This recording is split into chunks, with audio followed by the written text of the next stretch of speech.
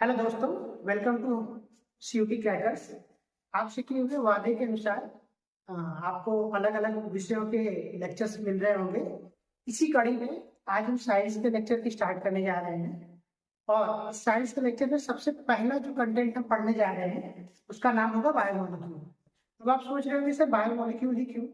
जैसे हम मैथमेटिक्स सीखने के लिए 1 2 3 4 5 सारे डिजिट्स पढ़ते हैं, इंग्लिश सीखने के लिए अल्फाबेट्स पढ़ते हैं, वैसे ही अगर मैं बायोमोलिक्यूल्स के बारे में बताऊं तो बायोलॉजी सीखने के लिए इन छोटे छोटे मॉलिक्यूल्स के बारे में आपको जानकारी होना बहुत ही आवश्यक है। तो चलिए स्टार्ट करते हैं। तो अगर मैं बायोमोलिक्यूल्स की बात करूं तो अगर मैं डिफाइन करना चाहूँ कि बायोमोलिक्यूल्स है क्या, तो बायोमोलिक्यूल्स जितने भी हमारे बॉडी में कार्बन बेस्ड कंपाउंड पाए जाते हैं, चाहे वो ऑर्गेनिक हो सकते हैं, इनऑर्गेनिक हो सकते हैं, उस सारे को बायोमोलिक्यूल्स कह सकते हैं। यानी ऐसे मॉलिक्यूल्स जो हमारे बॉडी में होने वाले डिफरेंट लाइफ प्रोसेसेस को प्रमोट करते हैं या उनमें हेल्प करते हैं। हमारे बॉडी में कौन कौन सी लाइफ प्रोसेस होती है उसके एग्जाम्पल में हम कह सकते हैं कि हमारे बॉडी में डाइजेशन होता है, रेस्पिरेशन होता है, या और भी बहुत सारी सर्कुलेशन हो सकता है। तो इन सारे लाइफ प्रोसेस में ये सारे जितने भी हमारे बायोमोलिक्यूल्स हैं ये सारे इसमें मदद करते हैं।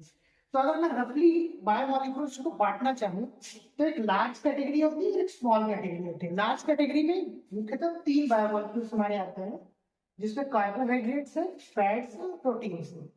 अगर मैं स्मॉल अमाउंट की बात करूँ या स्मॉल कैटेगरी की बात करूँ तो इसमें विटामिन और मिनरल्स है, और इनमें हम अलग से चर्चा करेंगे। तो अभी हम क्या करेंगे कि 3 दिनों में कार्बोहाइड्रेट, फैट और प्रोटीन्स के बारे में चर्चा करेंगे, और इनसे जितने भी क्वेश्चंस हमारे प्रीवियस एग्जाम्स में पूछे गए हैं या जिनकी पूछे जाने की आशंका है उस पर हम डिस्कशन करेंगे। ठीक है, तो कार्बोहाइड्रेट की अगर मैं बात करूं तो अगर कार्बोहाइड्रेट को सिंपल डिफाइन किया जाए तो कार्बोहाइड्रेट एक पॉलीहाइड्रोक्सी एल्डिहाइड एल्डिहाइड या फिर पॉलीहाइड्रोक्सी कीटोन। तो आपको ये जो हाई फाई वर्ड्स दिख रहे हैं इसको देख के डरना नहीं है। आपको ध्यान देने वाली जो इसमें सबसे इंपॉर्टेंट चीज है वो है कि एग्जाम्पल्स। तो अगर मैं बात करूँ कि पॉलीहाइड्रोक्सी का मतलब होता है कि एक से ज्यादा हाइड्रोक्सी ग्रुप, तो आपको एक दिख रहा है और ये 2 दिख रहा है, और CHO आपको पता हो कि एल्डिहाइड ग्रुप का एक कॉम्पोनेंट है। अगर मैं पॉलीहाइड्रोक्सी की यहाँ बात करूँ तो 2 OH ग्रुप आपको दिख रहे हैं, बीच में जो आपको दिख रहा है वो कीटोन ग्रुप दिख रहा है। तो ऐसे जितने भी हमारे एग्जाम्पल्स हैं जिनके स्ट्रक्चर में पॉलीहाइड्रोक्सी यानी एक से ज्यादा OH ग्रुप और CHO यानी कि एल्डिहाइड और CO यानी कीटोन ग्रुप दिखता है, वो सारे हमारे कार्बोहाइड्रेट के मेंबर होते हैं। अब ये जो हमारे कार्बोहाइड्रेट होते हैं ये बेसिकली 3 तरीके के होते हैं। कौन कौन से होते हैं? पहला होता है मोनोसैकेराइड्स, दूसरे होते हैं डाइसैकेराइड्स और तीसरे होते हैं पॉलीसैकेराइड्स। तो हम कैसे कहेंगे कि मोनोसैकेराइड्स क्या होते हैं, डाइसैकेराइड्स क्या होते हैं, ट्राइसैकेराइड्स या फिर पॉलीसैकेराइड्स क्या होते हैं? तो मोनोसैकेराइड की अगर मैं बात करूं तो ये ऐसे ग्रुप होते हैं जिनमें केवल सिंगल यूनिट होता है। मोनोसैकेराइड का हमारा एग्जांपल हो जाएगा ग्लूकोज, फ्रक्टोज और गैलेक्टोज। तो जितनी भी सारी बात की उसमें जो सबसे इंपॉर्टेंट चीज है वो है ये सारी चीजों के एग्जाम्पल है। मोनोसैकेराइड के एग्जाम्पल आप देख सकते हैं ग्लूकोज, फ्रक्टोज और गैलेक्टोज।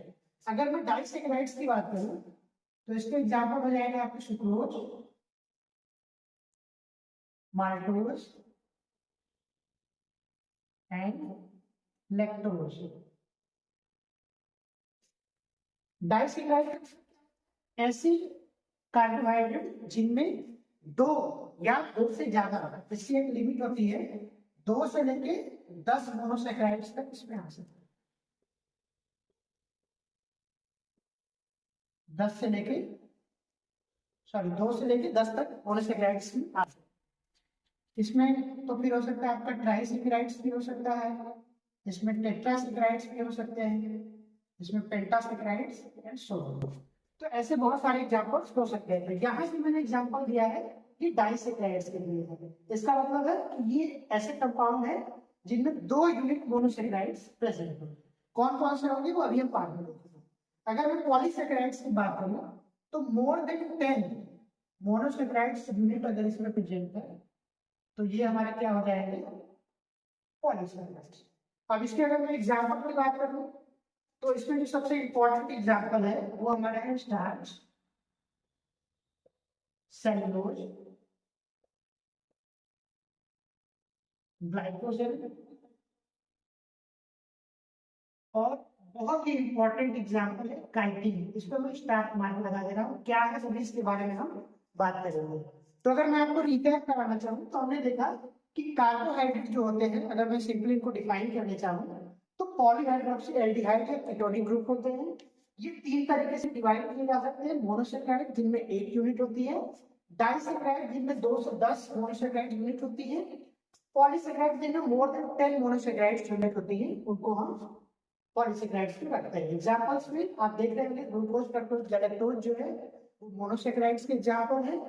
डाइसेकेराइड्स के हमारे सुक्रोज, माल्टोज और लैक्टोज है, और पॉलीसेकेराइड्स में स्टार्च, सेलुलोज, ग्लाइकोजन और काइटिन। ठीक है, तो मोनोसेकेराइड को सिंपल में डिफाइन कर लेंगे कि इसके क्या क्या एग्जांपल्स हैं।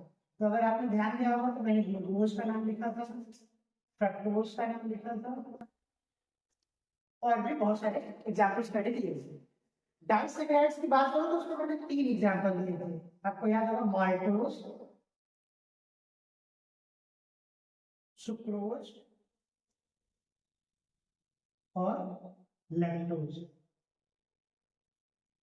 इन तीनों का एग्जांपल मैं इसलिए दे रहा हूं कि ये तीनों बहुत ही इंपॉर्टेंट डाइसेकेराइड्स हैं, और आपको याद होगा कि डाइसेकेराइड्स का मतलब होता है कि जिसमें 2 यूनिट। अब आपके बच्चे आ रहे हो कि सर माल्टोज में कौन सी 2 यूनिट होती है, तो आपकी जानकारी के लिए बता रहा हूँ कि माल्टोज जो है वो 2 यूनिट ग्लूकोज से मिलकर बना, यानी ग्लूकोज प्लस ग्लूकोज, यानी जो हमारा माल्टोज है वो ग्लूकोज है, ग्लूकोज से मिलकर बना होगा। सुक्रोज जो होता है हमारा वो ग्लूकोज प्लस फ्रक्टोज से मिलकर बना होता है, और जो हमारे लैक्टोज है वो ग्लूकोज प्लस गैलेक्टोज से मिलकर।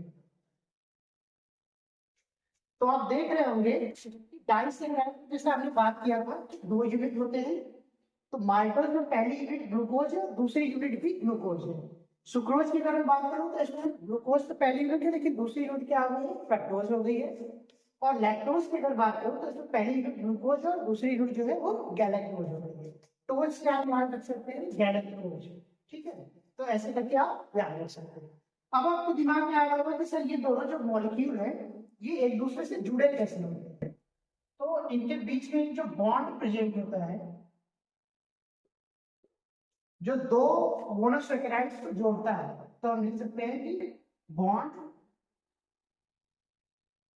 Present between 2 monosaccharides.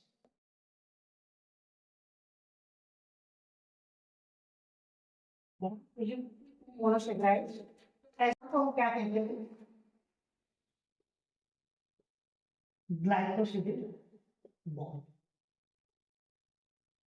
इसको स्ट्रक्चर के थ्रू भी समझाया जा सकता है, लेकिन अभी इसकी कोई आवश्यकता नहीं। आपको सिर्फ इतना ध्यान रखना है कि डाइसेकेराइड जो होते हैं वो 2 यूनिट से मिलकर बने होते हैं, और उन दोनों के बीच में एक बॉन्ड प्रेजेंट होता है जिसको हम ग्लाइकोसिडिक बॉन्ड। तो हमने मोनोसेकेराइड्स की बात कर ली, डाइसेकेराइड्स की बात कर ली, अब हम पॉलीसेकेराइड्स की बात करेंगे। तो जैसा कि मैंने आपको स्टार्टिंग में बताया था, पॉलीसेकेराइड्स ऐसे कार्बोहाइड्रेट्स होते हैं जिनमें मोर देन 10 मोनोसेकेराइड यूनिट होते हैं, मोर देन 10 मोनोसेकेराइड्स यूनिट होते हैं। एग्जाम्पल की अगर मैं बात करूं तो मैंने बात की थी काइटिन की, और मैंने इस पर स्टार भी लगाया था। फिर मैंने बात की थी सेलुलोज की, फिर मैंने बात की थी स्टार्च की, और लास्ट में मैंने बात की थी ग्लाइकोजन की। तो पॉलीसेकेराइड्स के मोस्ट फेमस जो एग्जांपल्स हैं हमारे काइटिन है, सेलुलोज है, स्टार्च है और ग्लाइकोजन है। अगर मैं काइटिन और सेलुलोज की बात करूं तो इन दोनों को हम स्ट्रक्चरल भी कहते हैं। स्ट्रक्चरल का क्या मतलब होता है, स्ट्रक्चरल कार्बोहाइड्रेट। और अगर मैं स्टार्च और ग्लाइकोजन की बात करूं तो इनको हम स्टोरेज कार्बोहाइड्रेट भी कहते हैं। स्ट्रक्चरल का मतलब होता है कि कोई भी ऐसी चीज जिसके फॉर्मेशन में, जिसके स्ट्रक्चर बनाने में इनका हेल्प होता है। तो आपके दिमाग में सवाल आ रहा होगा कि सर काइटिन किस चीज का स्ट्रक्चर बनाता है? तो काइटिन जो हमारा होता है, पहला जो सबसे इम्पोर्टेंट है वो है कि हमारे जो फंजाई फंजाई सेल वॉल में होता है। और दूसरा जो होता है, जितने भी हमारे ऑर्थ्रोपोड्स होते हैं, ऑर्थ्रोपोड्स क्या होते हैं? ज्वाइंटेड अपेंडिसेस, यानी जिनके पास पेयर्स में पैर होते हैं, ऐसे ऑर्गेनिजम्स को आर्थ्रोपोड्स कहते हैं। इनके बहुत सारे एग्जांपल्स हैं। जितने भी हमारे इंसेक्ट हैं वो सारे इसी ग्रुप में आते हैं। तो आर्थ्रोपोड्स जो होते हैं उनकी बॉडी में भी बॉडी इंटीग्यूमेंट जो कि लेयर होती है, बॉडी इंटीग्यूमेंट्स में भी हमारे जो है काइटिन पाए जाते हैं। तो आप देख रहे होंगे कि दो ऐसी जगह है जहाँ पे काइटिन अपने स्ट्रक्चर को लेके बहुत ज्यादा फेमस है। पहला जो है फंजाई सेल वॉल में काइटिन पाया जा रहा है, और दूसरा आप देख रहे होंगे इतने जो हमारे ऑर्थ्रोपोड्स हैं उनके इंटीग्यूमेंट्स में, यानी जो बॉडी की लेयर होती है उसमें भी ये काइटिन हमारे पाए जा रहे हैं। और बाकी जितने भी हमारे एग्जाम्पल्स हैं उसकी अगर मैं बात करूं तो आपने सुना होगा कि जो स्टार्च है वो हमारे प्लांट्स में पाया जाता है। आपने सुना होगा कि फोटोसिंथेसिस के बाद जितने भी हमारे फूड प्लांट्स में बनते हैं वो अल्टीमेटली जाके प्लांट्स में स्टार्च के रूप में स्टोर होते हैं। तो आपने ग्लाइकोजन का नाम सुना होगा, जो कि एनिमल्स में पाए जाते हैं। एनिमल्स से आपने सुना होगा कि जितने भी हमारे एक्सेस ग्लूकोज होता है वो बाद में जाके ग्लाइकोजन में कन्वर्ट होकर हमारे बॉडी के डिफरेंट पार्ट्स में स्टोर होता है।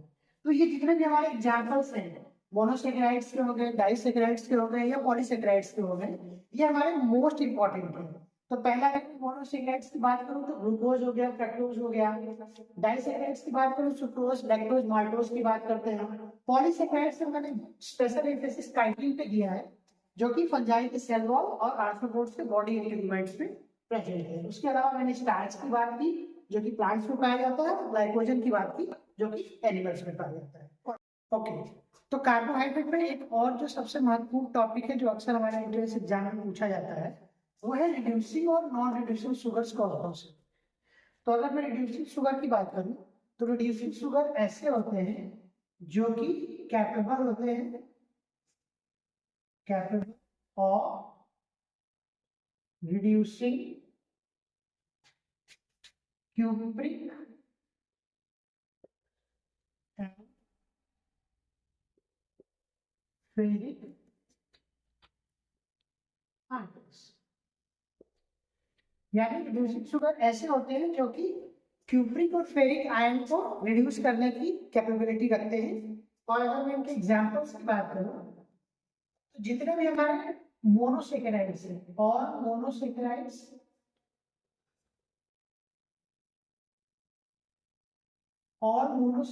जो हमारे होते हैं वो रिड्यूसिंग शुगर। अगर मैं नॉन रिड्यूसिंग शुगर की बात करूं तो बस इसी का जस्ट अपोजिट हो जाएगा, not capable, not capable of reducing cupric and ferric. Examples की अगर मैं बात करूं तो जो सबसे इंपॉर्टेंट एग्जाम्पल है वो है इसका सुक्रोज। सुक्रोज को मैं स्टार मार्क लगा दे रहा हूँ क्योंकि अक्सर एग्जाम्स में पूछा जाता है। और इसके अलावा जितने भी हमारे और पॉलीसेकेराइड्स हैं, जितने भी हमारे और पॉलीसेकेराइड्स हैं वो सारे हमारे जो है वो नॉन रिड्यूसिंग शुगर में आते हैं। तो एक बार फिर से, रिड्यूसिंग शुगर ऐसे शुगर है जो कि क्यूप्रिक और फेरिक आयन को रिड्यूस करने की कैपेसिटी रखते हैं। जितने भी हमारे मोनोसेकेराइड्स हैं वो सारे हमारे जो है वो रिड्यूसिंग शुगर के एग्जाम्पल है। और नॉन रिड्यूसिंग शुगर की अगर बात करूं जस्ट इसी का opposite, not capable of reducing cupric and ferric.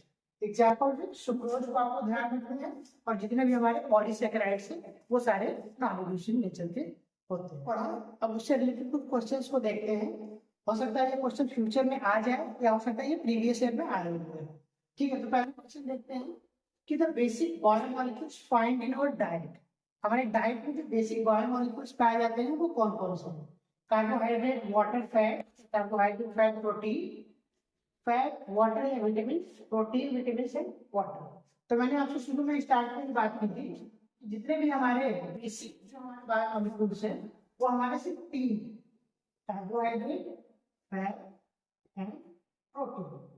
उसके अलावा जो हमारे विटामिन हैं या फिर मिनरल्स हैं या फिर वाटर हो गए, ये हमारे बॉडी में पाए जाते हैं। तो बेसिक जो हमारे हैं वो ये तीन। तो हमारा जो दूसरा आंसर है क्या हो जाएगा? करेक्ट। दूसरे क्वेश्चन की तरफ आते हैं कि हाइड्रोलिसिस प्रोडक्ट ऑफ लैक्टोज। आपको याद होगा लैक्टोज क्या है? हमारा डाइसैकेराइड है। लैक्टोज जो है क्या हमारा डाइसैकेराइड है। और डाइसैकेराइड है दो यूनिट से मिलकर बना होगा, तो यानी दो यूनिट मोनोसैकेराइड इसमें कोई होगा। तो आपको याद होगा कि हमने तीन तरीके की मोनोसैकेराइड्स सॉरी डाइसैकेराइड्स की बात की थी। उसमें लैक्टोज था, सुक्रोज था और माल्टोज था। तो अगर आपको याद होगा तो मैंने बताया था कि टोज से मिला हुआ एक और मॉलिक्यूल होता है जिसको हम गैलेक्टोज कहते हैं। तो गैलेक्टोज और प्लस ग्लूकोज का ऑब्वियसली होगा, तो हमारा जो आंसर होगा वो ग्लूकोज प्लस गैलेक्टोज होगा। ठीक है, अभी नेक्स्ट क्वेश्चन की तरफ बढ़ते हैं। तो नेक्स्ट क्वेश्चन है हमारा कि sugar found in milk. Milk में कौन सा शुगर पाया जाता है? तो हमारे ऑप्शन है ग्लूकोज, माल्टोज, लैक्टोज और सुक्रोज। तो ये जो क्वेश्चन आया है, कुछ हमारे जितने भी हमारे शुगर्स होते हैं उनमें कुछ कॉमन नहीं होते हैं, उससे आया है। जैसे हमारा जो सुक्रोज होता है उसको हम कॉमन टेबल शुगर कहते हैं। टेबल शुगर कहते हैं। जो हमारा लैक्टोज होता है इसको हम मिल्क शुगर भी कहते हैं। क्यों कहते हैं? क्योंकि ये मिल्क में पाया जाता है, जाहिर सी बात है। जो हमारा माल्टोज होता है उसको हम माल्ट शुगर भी कहते हैं। जो हमारा फ्रक्टोज होता है उसको हम फ्रूट शुगर भी कहते हैं। तो ये कुछ हमारे शुगर्स हैं जिनके मैंने कॉमन नेम इधर लिख रखे हैं, ये हमारे कॉमन नेम है। सुक्रोज को टेबल शुगर कहते हैं, लैक्टोज को मिल्क शुगर कहते हैं, माल्टोज को माल्ट शुगर कहते हैं और फ्रक्टोज को फ्रूट शुगर कहते हैं। तो यहाँ से आप देख सकते हैं कि जो मिल्क में पाया जाने वाला जो हमारा शुगर है वो क्या है? लैक्टोज।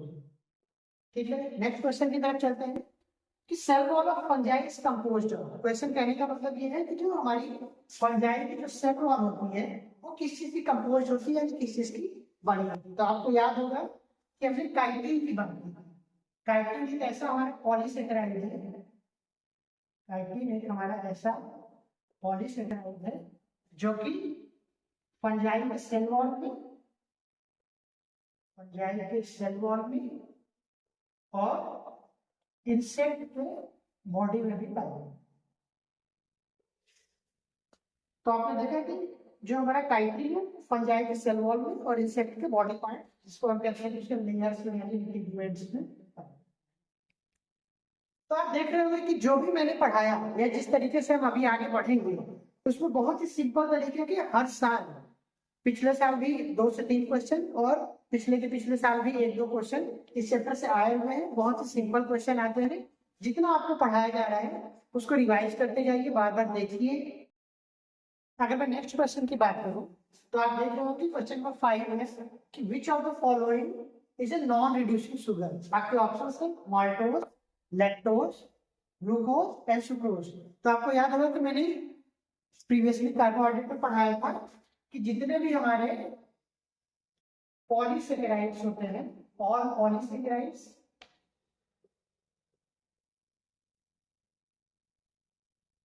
पॉलीसेकेराइड्स और उसके अलावा एक हमने पढ़ा था कि सुक्रोज जो होता है जो कि एक डाइसेकेराइड है और नॉन रिड्यूसिंग शुगर है। तो हमारे जो सुक्रोज जगह वो क्या हो जाएगा? ओके 3। ठीक है, तो आप देख रहे होंगे कि इस छोटे से टॉपिक में कार्बोहाइड्रेट जो है वो बहुत ही छोटा सा टॉपिक है जिसमें कि हमारे एंट्रेंस एग्जाम में 1 से 2 क्वेश्चन जो है कि इस जो हमारे बायोमोलिक्यूल जो हमारा टॉपिक है इससे पूछा जाता है। तो इस तरीके के कंटेंट के लिए आप प्रॉपर हमारे चैनल से जुड़े रहिए। आप हमारे टेलीग्राम चैनल से भी जुड़ सकते हैं। जो भी हमने जितनी भी चीज़ें बातचीत की हैं वो सारा आपका PDF जो है आपको टेलीग्राम चैनल पे प्रोवाइड किया जाएगा।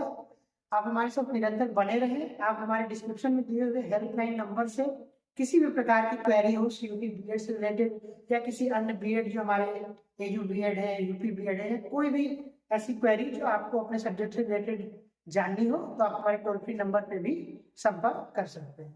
वीडियो में जुड़ने के लिए धन्यवाद।